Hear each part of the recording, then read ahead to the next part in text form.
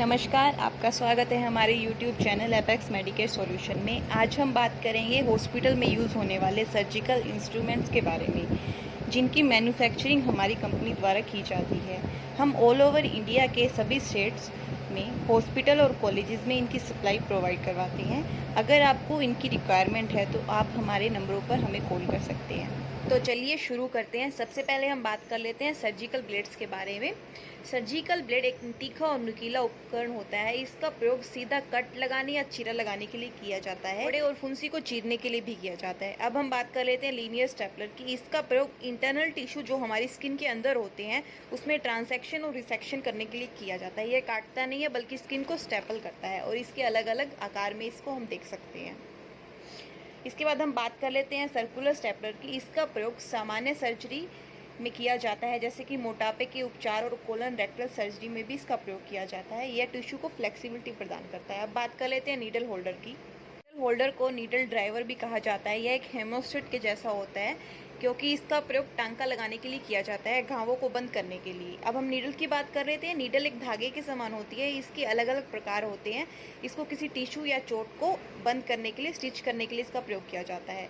Russian forceps, इसकी बात कर लेते हैं। किसी भी सर्जरी के दौरान इसके द्वारा स्किन के टिश्यू को संभाला जाता है ताकि वो बंद ना हो पाए।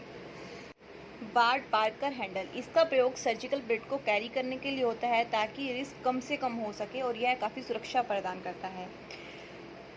आर्टरी फोर्सेप्स, इसका प्रयोग आर्टरी ब्लीडिंग को रोकने के लिए किया जाता है। इसका प्रयोग स्पेशली कार्डियो सर्जरी में होता है।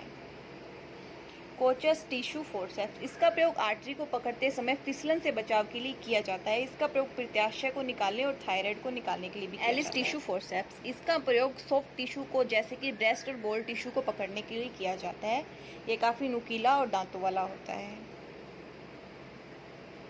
अब बात कर लेते हैं रैम्पले स्पॉन्ज होल्डर। इसका प्रयोग सर्जरी से पहले स्किन को साफ करने और रेडी करने के लिए किया जाता है और अगर कहीं ब्लड आ जाए तो उसको थपथपाने के लिए भी। अब हम बात करेंगे रिट्रैक्टर्स के बारे में। सबसे पहले हम बात करते हैं लेंजनबेक रिट्रैक्टर।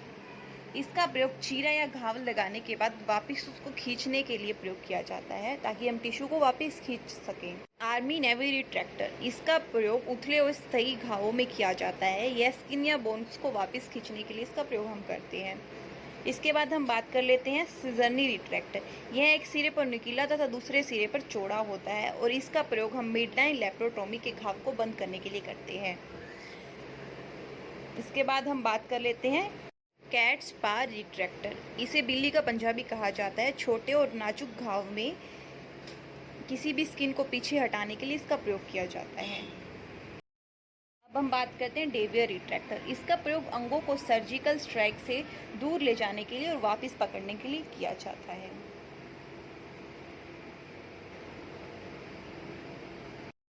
अब हम बात कर लेते हैं सिंगल हुक रिट्रैक्टर। इसका प्रयोग रेटिना और विटेरस की सर्जरी में किया जाता है। ये आइरिस को चौड़ा कर देता है ताकि सर्जरी आसानी से हो सके। इसके बाद बात करते हैं डबल हुक रिट्रैक्टर। इसका प्रयोग स्किन को पीछे हटाने के लिए किया जाता है। इसका प्रयोग थायरोडिस्टिज्म में भी किया जाता है। इसके बाद हम बात करेंगे मोडिस रिट्रैक्टर। इसका प्रयोग पेट की दीवार को वापस लेने के लिए किया जाता है क्योंकि यह पलीहा को चोट लगने से बचाता है और यह काफ़ी नुकसान को कम करता है। इसके बाद हम बात करेंगे हैरिंगटन रिट्रैक्टर की। इसका प्रयोग बैक टिश्यू और ऑर्गन्स को होल्ड करने के लिए किया जाता है। यह एब्डोमेन को कोई भी नुकसान नहीं पहुंचाता। इसका एब्डोमेन में यूज़ किया जाता है। इसके बाद हम बात करेंगे एलिसन लंग रिट्रैक्टर। इसका प्रयोग लंग्स के टिश्यू को रखने के लिए किया जाता है तथा इसमें कार्डियो थायरॉइड सिस्टम भी यूज़ होता है। लंग्स को वापस लेने के लिए इसका प्रयोग किया जाता है। वरिस नीडल, इसका प्रयोग लेप्रोस्कोपिक सर्जरी में किया जाता है ताकि उसमें न्यूमोपेरिटोनियम स्थापित हो सके। बात कर लेते हैं लेप्रोस्कोपिक ट्रोकर की। यह लेप्रोस्कोपिक सर्जरी के दौरान कैंची या स्टेपलर को प्लेसमेंट के लिए उसके पोर्टल का काम करता है तथा गैस या लिक्विड को बाहर निकलने में हेल्प करता है। इसके बाद हम बात करेंगे डोयंस क्रॉस टॉवल क्लिप। इसका प्रयोग टिश्यू को पकड़ने, ड्रैप को सेफ रखने तथा हड्डी के फ्रैक्चर को पकड़ने के लिए भी किया जाता है।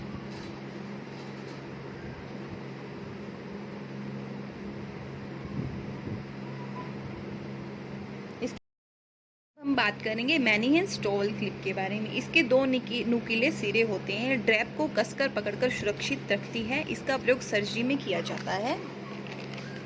इसके बाद हम बात करेंगे मायोस टॉवल क्लिप के बारे में। इसका उपयोग चीरे को जितना करीब हो सके पकड़ने के लिए किया जाता है ताकि हम करीब से सर्जरी कर सकें। इसके बाद हम बात करेंगे लीगा क्लिप की। किसी भी एंडोस्कोपिक सर्जरी के दौरान किसी भी धातु को बंद करने के लिए इसका प्रयोग किया जाता है, जो कि काफ़ी ज़रूरी इक्विपमेंट है। तो अब हम बात करेंगे क्लैंप्स के बारे में। सबसे पहले हम बात कर लेते हैं लैन इंटेस्टाइनल क्लैंप। इसका उपयोग बड़े एब्डोमेन टिश्यू को पकड़ने के लिए किया जाता है। अब हम बात करेंगे डोयंस इंटेस्टाइनल क्लैंप। यह मल्टीपर्पज़ उपकरण है। इसका प्रयोग इंटरनल ऑर्गन्स और ब्लैडर को सेफ पकड़ने के लिए किया जाता है। इसके बाद हम बात करेंगे बुलडॉग आर्टेरियल क्लैंप के बारे में। इसमें दांत वाले जबड़े और पकड़ने की क्षमता होती है ताकि पकड़ी हुई चीज़ को ज़्यादा कुचला ना जाए और नुकसान ना हो। इसके बाद हम बात करेंगे स्टेंसकी बाइकर्व क्लैंप के बारे में। इसका प्रयोग ब्लड फ्लो को रोकने में किया जाता है।